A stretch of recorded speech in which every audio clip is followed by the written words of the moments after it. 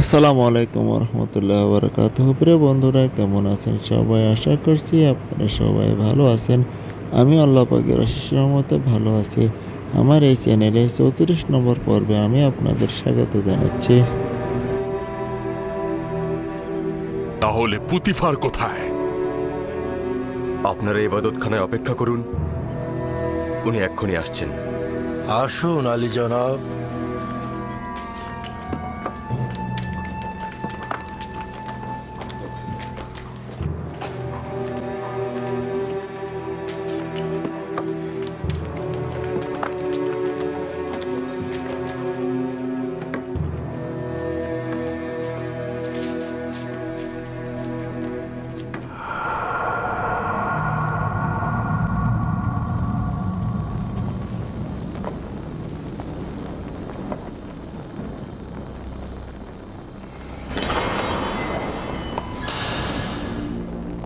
আলী জনাব পুতিফার ও বানু জুলেখা।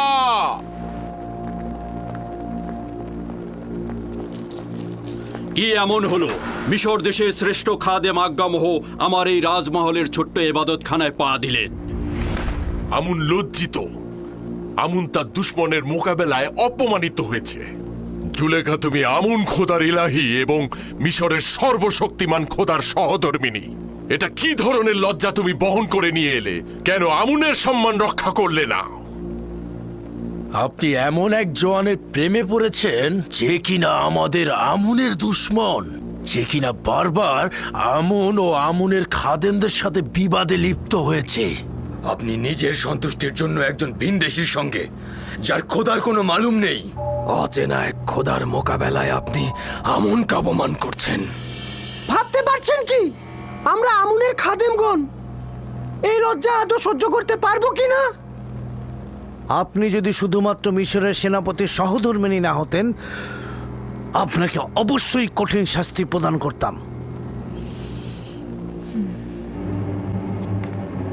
তুমি এখন কি বলবে?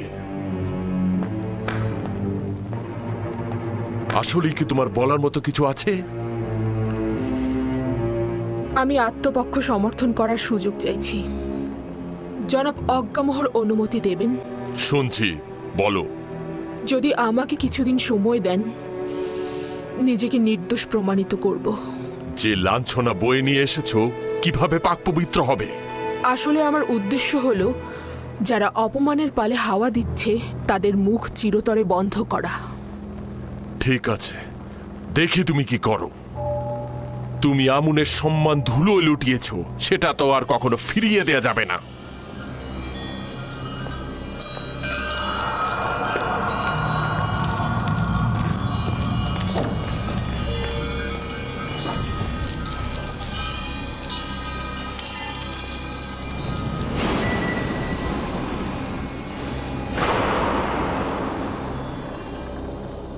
আজকে আজ্ঞামোহ তার তিক্ত ও বিষাক্ত হুল আমার বুকে বিদ্ধ করেছে।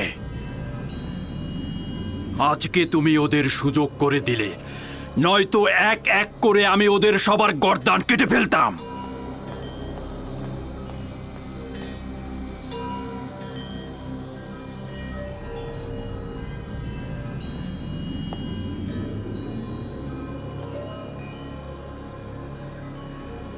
কারি মামা, জি আমার বানু। জাঁকজমকপূর্ণ মেহমানদারির আয়োজন করো এবং মিশরের সকল সম্ভ্রান্ত নারীদেরকে আমার এখানে আমন্ত্রণ করো। তাদের কিছু দেখাবো।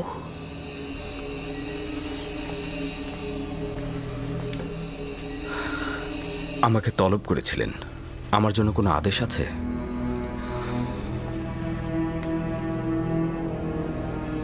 বেশি কিছু বলবো না, শুধু তোমার কাছে এইটুকুই চাইবো আমি, মেহমানদের সম্মুখে সুন্দর লেবাসটি তুমি পরিধান করবে, নিজেকে আকর্ষণীয়ভাবে সুসজ্জিত করবে, আর আমি যখনই ডাকবো ফলমূলের ট্রে হাতে নিয়ে মজলিসে প্রবেশ করবে। এটাই তোমাকে বলার ছিল।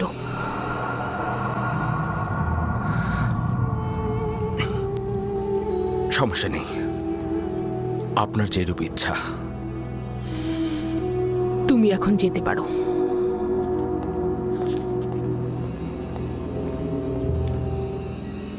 সকল মেহমানদের আরাম দেওয়ার জন্য আরামপ্রদ বিছানার ব্যবস্থা করো। তাদের জন্য সর্বোত্তম পানীয় এবং খাবারের আয়োজন করো এবং অতিথিদের সবার জন্য প্রচুর পরিমাণে মাল্টা ফলের ব্যবস্থা করবে এবং প্রতিটি মেহমানের হাতে একটি করে ধারালো ছুরি তুলে দেবে। বুঝতে পেরেছো আমার কথা?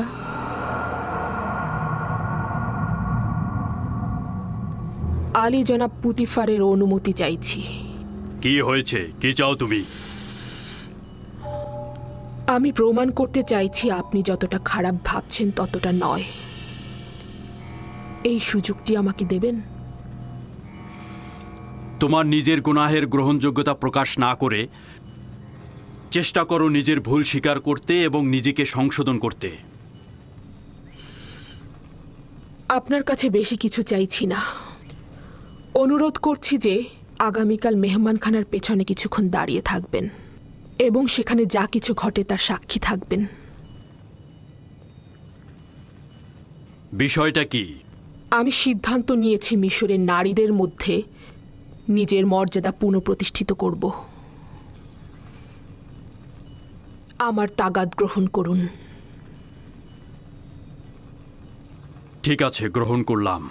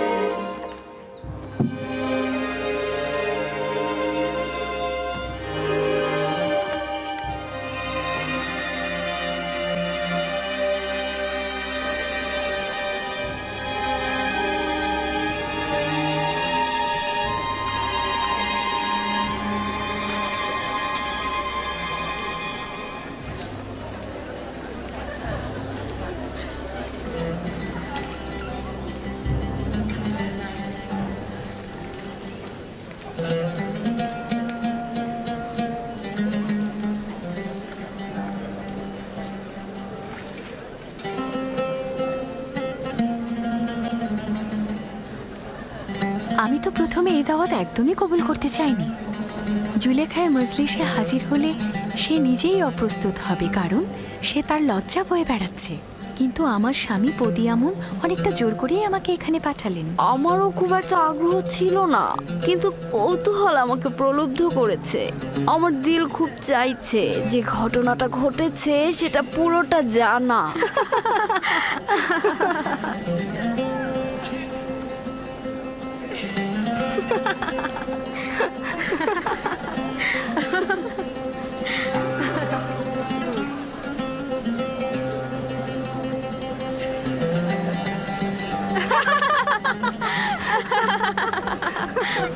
আমি শুধুমাত্র ইউজারশিপকে দেখার জন্য এখানে এসেছি।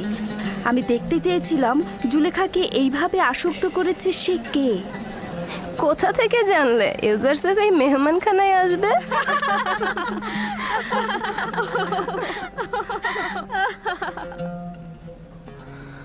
যদি পালানোর পথ থাকতো তাহলে পালিয়ে যেতাম।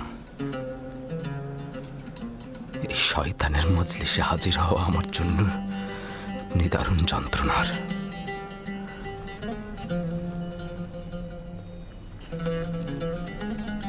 মিশরের সম্মানিত এবং অভিজাত নারীগণ,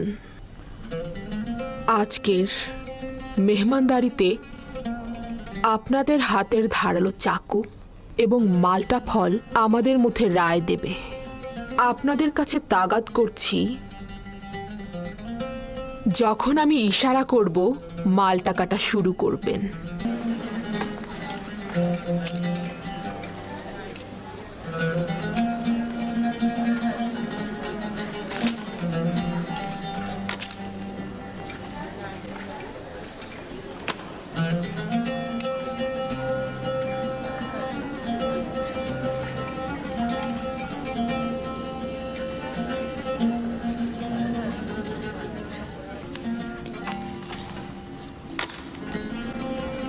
মেহমানগণ, আপনাদের ছুরি সঠিকভাবে ব্যবহার করুন।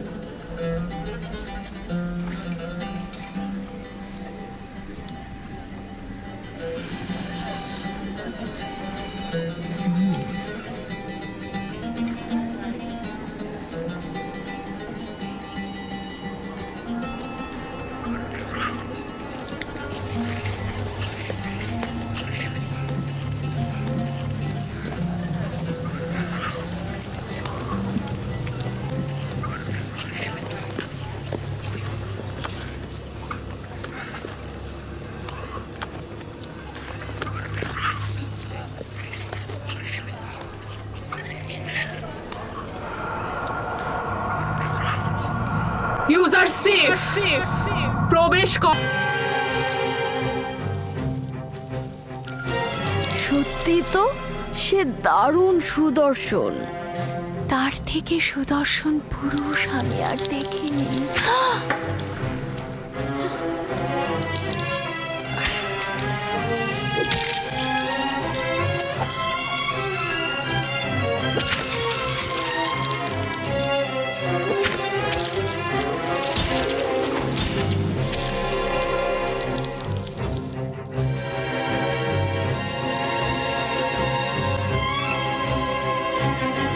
তার সৌন্দর্য তো অতুলনীয়। সে ইনসান নয়, আকাশ থেকে নেমে আসা ফেরেশতা।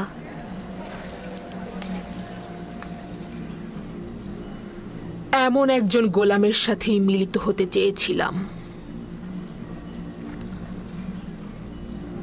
আমি তাকে পেতে চেয়েছি, কিন্তু সে পবিত্রতা বজায় রেখেছে।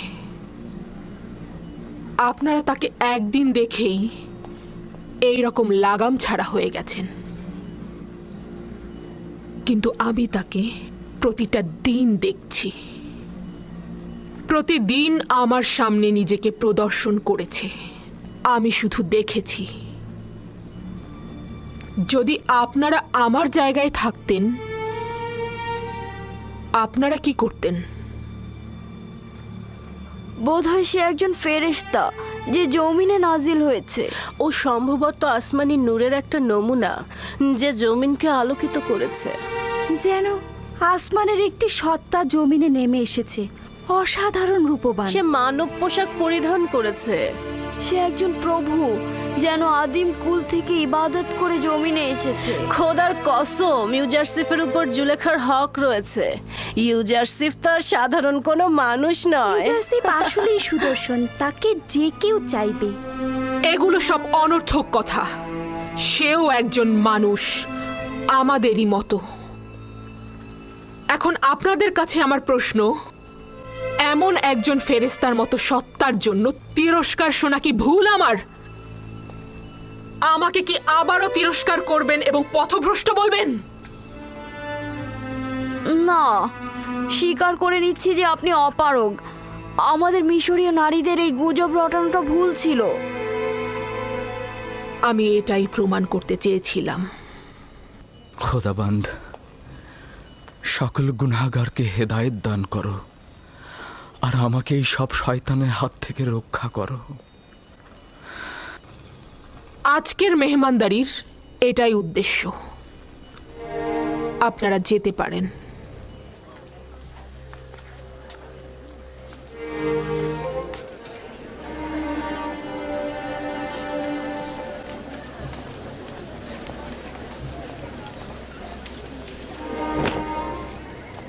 সব কিছু দেখেছি, ব্যাখ্যা দেওয়ার দরকার নেই। এতে তোমার কি লাভ হয়েছে? বিষয়টি কি পরিষ্কার হয়েছে?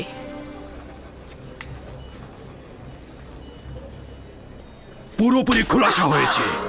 তুমি বলতে চাইছো যেহেতু মিশরের নারীগণ ইউজারশিপকে দেখে হাত কেটে ফেলেছে, তাই তুমি নিজেকে বৈধভাবে ইউজারশিপের নিকট উৎসর্গ করবে। তুমি এটা ভুলে গিয়েছো যে তুমি বিপরীত ধর্মী একজন নারী। যারা খোশ গল্প আর বিলাসিতায় কাটায়, তুমিও তাদের মতো।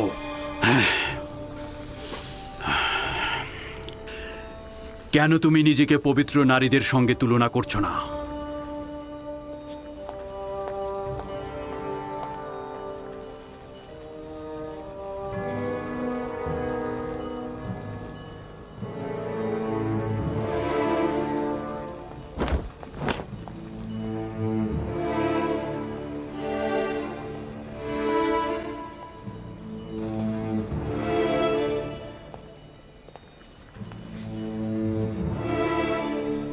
মিশরের কয়েকজন নারীকে খবর দাও যারা আমার পয়গাম ইউজারশিপের কাছে পৌঁছে দেবে।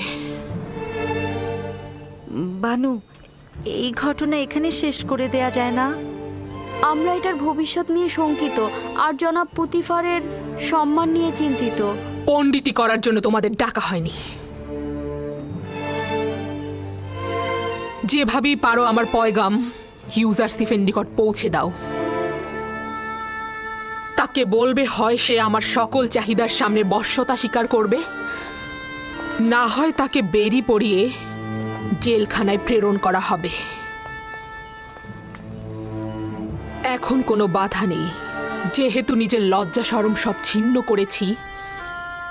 যুদ্ধ শেষ না হওয়া পর্যন্ত থামবো না আমি। কোন মহিলাকে এ কাজের জন্য যথোপযুক্ত মনে করেন আমার বানু? সবকিছু আমিই বলে দেব। আমি জানি না, যার ইউজারশিপের সাথে কথা বলার শক্তি আছে তাকেই বলো।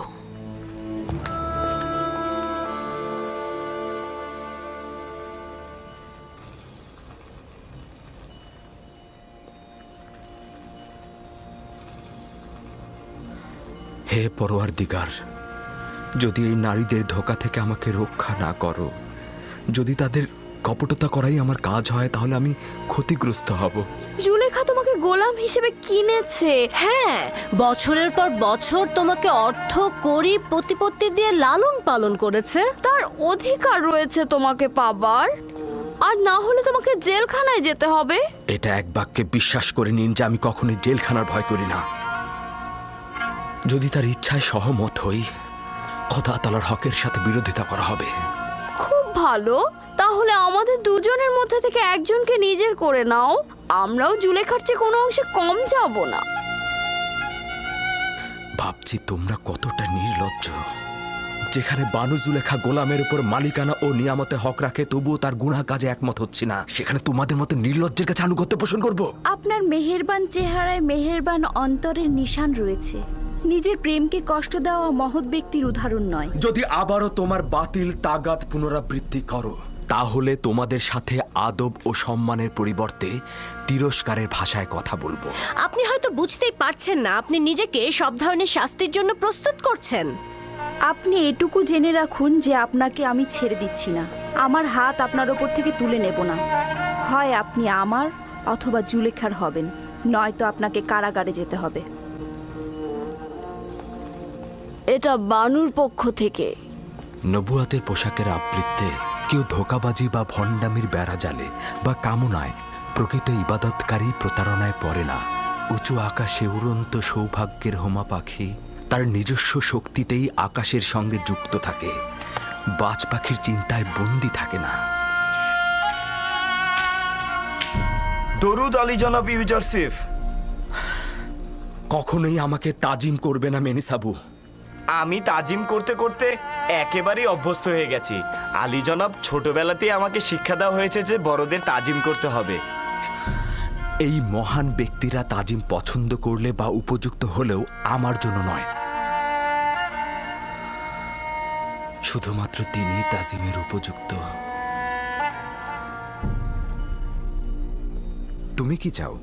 আমি কি চাইবো? কি যেন বলতে এসেছিলাম। হ্যাঁ, যে নারীগুলো আপনার কামরা থেকে বেরিয়ে গেল সেগুলো বানু জুলেখার কামরায় গিয়ে ঢুকেছে। স্বাভাবিক তো, তাদেরকে পাঠানো হয়েছিল রাজপ্রতাপের মাধ্যমে আমাকে বাধ্য করতে। তাদেরকে তো তাদের কর্মের ফিরিস্তি পেশ করতেই হবে।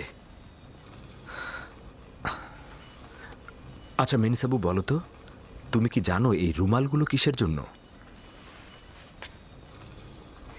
হ্যাঁ হ্যাঁ হ্যাঁ, এগুলো কেন পায়ের নিচে ফেলেছেন? এগুলো তো আগ্রহের নিশানা। যদি কেউ কারোর প্রতি ইশক প্রকাশ করতে চায় তবে তাকে এই রুমালগুলো দেয় অথবা তার জন্য পাঠায়। তুমি কেন এই রুমালগুলোকে পায়ের নিচে ফেলেছো? হায় আফসোস, যদি কেউ আমার দিকে একটু নজর দিত, আমার জন্য রুমাল পাঠাতো। ঠিক আছে ঠিক আছে, আমি বুঝেছি। তার মানে আর বেশি কথা বলা যাবে না, আমি চলে যাচ্ছি। কিন্তু আলী জনাব, এই রীতিগুলো কিন্তু সুদর্শনের জন্য যায় না। 3 নম্বর পয়েন্ট, রাসূলুল্লাহ সাল্লাল্লাহু আলাইহি সাল্লাম মুআজকে বললেন, ইচ্ছা করে কখনো তুমি নামাজ কাজা করবে না, কারণ নামাজ এমন একটি বিধান, প্রত্যেকটি নবীদের শেষ বিধায়ের কথা ছিল as-সালাত as-সালাত ওয়া মা মালাকাত আইমানুকুম as-সালাত as-সালাত as-সালাত। আজকে মসজিদে আজান হয়, আজান হওয়ার পরে ট্রেন চলছে, এরপরে প্লেন চলছে, স্টিমার চলছে, বাস চলছে, সমস্ত যানবাহন সব চলছে, শিক্ষা প্রতিষ্ঠান চলছে, সব যার যার গতিতে চলছে। অথচ আল্লাহ পাক রব্বুল আলামিন তিনি বলেছেন, ইন্নামা, আল্লাহ পাক রব্বুল আলামিন বলেছেন, আল্লাযীনা ইম্মাক্কারনাহুম ফিল আরদি আকামুস সালাতা ওয়া আতাউজ যাকাতা ওয়া আমারু বিল মা'রুফি ওয়া নাহাউনা আনিল মুনকার। কোন ইসলামিক শাসক যদি ক্ষমতায় যায়, কোন ব্যক্তি যদি মুসলিম কোন গভর্নর যদি ক্ষমতায় যায়, তাহলে সর্বপ্রথম তার 1 নাম্বার কাজ হবে আল্লাযীনা ইমাক্কারনাহুম ফিল আরদি আকামুস সালাত। সর্বপ্রথম ওই গভর্নর, ওই প্রেসিডেন্ট সে যদি মুসলিম দাবি করে, সর্বপ্রথম তার 1 নাম্বার দায়িত্ব তার দেশের নাগরিক, তার দেশের মানুষ নামাজ পড়তেছে কিনা এই বিষয়ে তাকে খবরদারি রাখা, নজরদারি রাখা। কথা বলুন ঠিক কিনা? মুআজ বিন জাবালকে আল্লাহর নবী কথাই বললেন, তুমি তো গভর্নর হবে, সুতরাং অবশ্যই তোমার দেশের লোকজন যারা, তাদেরকে অবশ্যই নামাজের কথা বলবে, কারণ যে ব্যক্তির নামাজ নাই তার জীবনের কিছু নাই। আল্লাহ পাক রব্বুল আলামিন বলেন, ক্বাদ আফলাহাল মুমিনুনাল্লাযীনা হুম ফি সালাতিহিম খাশিউন والذين هم عن اللغو معرضون والذين هم للزكاة فاعلون। আল্লাহ পাক রব্বুল আলামিন বলেন, নিশ্চয় ওই মুমিন সফল কাম যে মুমিন খুশুর সহিত বিনয়ের সহিত নামাজ আদায় করেছে। কিন্তু আজকে নামাজ পড়ে অনেকে, নামাজের মধ্যে অনেক রকমের মডেলিং হয়ে গেছে। নামাজ পড়ে কিন্তু নামাজের মধ্যে কোনো খুশু নাই, বিনয় নাই, নম্রতা নাই, একাগ্রতা নাই। কথা বলুন ঠিক ঠিক? আল্লাহর নবী মাঝে মধ্যে সিজদায় গিয়ে উঠতেন না। মা আয়েশা মনে করতেন উনি ইন্তেকাল করলেন, বিদায় নিলেন নাকি, চিমটি কেটে দেখতেন, গায়ে নাড়া দিয়ে দেখতেন উনি সজাগ আছেন না মারা গেলেন। তাহলে নামাজে কত তৃপ্তি পেতেন। রুকুতে গিয়ে সিজদায় গিয়ে এত লং সময় দিতেন, এত সময় তিনি সেখানে কাটাতেন। মা আয়েশা মনে করতেন যে আল্লাহর নবী মনে হয় বিদায় নিয়েছে। আর আজকে আমরা মসজিদে ঢুকে আর বাহির হয় মনে হয় মেশিনে টিপ দিয়েছে। কথা বলেন, মেশিনে টিপ দিয়েছে। আর এক শ্রেণীর লোক তো তারা আছে নামাজই পড়ে না। অথচ আল্লাহর নবী বলেছেন, মান তারাকা সালাতান মুতাআম্মিদান ফাকাদ কাফার। যে ব্যক্তি ইচ্ছাকৃত নামাজ ছেড়ে দেয় সে ব্যক্তি কি হয়ে যায়? কাফের হয়ে যায়। আল্লাহর নবী বলেছেন। কে বলেছেন কথাটা? কথা বলেন। পোশাক পরে নামাজ পড়া ফরজ। পোশাক যদি না থাকে, পোশাকের কোনো ব্যবস্থা নাই। যেমন বিশ্বের কিছু কিছু জেলখানা আছে, সেখানে কিছু মুমিনদেরকে আটকে রাখা হয়েছে, তাদেরকে উলঙ্গ করে রাখা হয়েছে। ইসলামের দাওয়াত দেওয়ার কারণে, মুমিন হওয়ার কারণে অনেক জেলখানায় তাদেরকে উলঙ্গ করে রাখা হয়েছে। ওই উলঙ্গ অবস্থায় তারা ওই জায়গায় নামাজ আদায় করতেছে। সুবহানাল্লাহ। আপনার আমার পোশাক নাই, পোশাক ম্যানেজ করার কোনো সিস্টেম নাই, এরকম পরিস্থিতি যদি হয় যে অবস্থায় থাকে ওই অবস্থায় নামাজ পড়তে হবে। পোশাক আছে কিন্তু পবিত্র নাই, অপবিত্র আছে, পবিত্রতা অর্জন করার কোনো সম্ভব হচ্ছে না, ওই অবস্থায় আপনার নামাজ পড়তে হবে। কথা বলুন ঠিক কিনা? তারপরে আপনার আমার নামাজ মাপ নাই, কোন অবস্থাতেই নামাজ মাপ নাই। রোজা মাপ আছে, অন্যান্য ইবাদতে ছাড় আছে, কিন্তু নামাজ এমন একটা ইবাদত, এই নামাজ কোন ব্যক্তির জন্য কোন অবস্থায় ছাড় নাই। যে অবস্থায় থাকেন না কেন আপনার নামাজ অবশ্যই পড়তে হবে। কথা বলুন ঠিক কিনা? আল্লাহর খুশির জন্য গোলাম নামাজ পড়ো 5 বার। আল্লাহর খুশির জন্য গোলাম নামাজ পড়বো 5 বার। এ নামাজে দুঃখ যাবে, এ নামাজে কষ্ট যাবে, সফল হবে এপার ওপার। আল্লাহর খুশির জন্য গোলাম নামাজ পড়ো 5 বার। ফজরেতে কামাই রুজি, জোহরে হয় বরকত, আসরেতে সবই কবুল, মাগরিবে নামে রহমত। এশা দিয়ে মাগফিরাতের, এশা দিয়ে মাগফিরাতের খুলে নাও আল্লাহর দরবার। নামাজ পড়ো 5 বার। আল্লাহর খুশির জন্য গোলাম নামাজ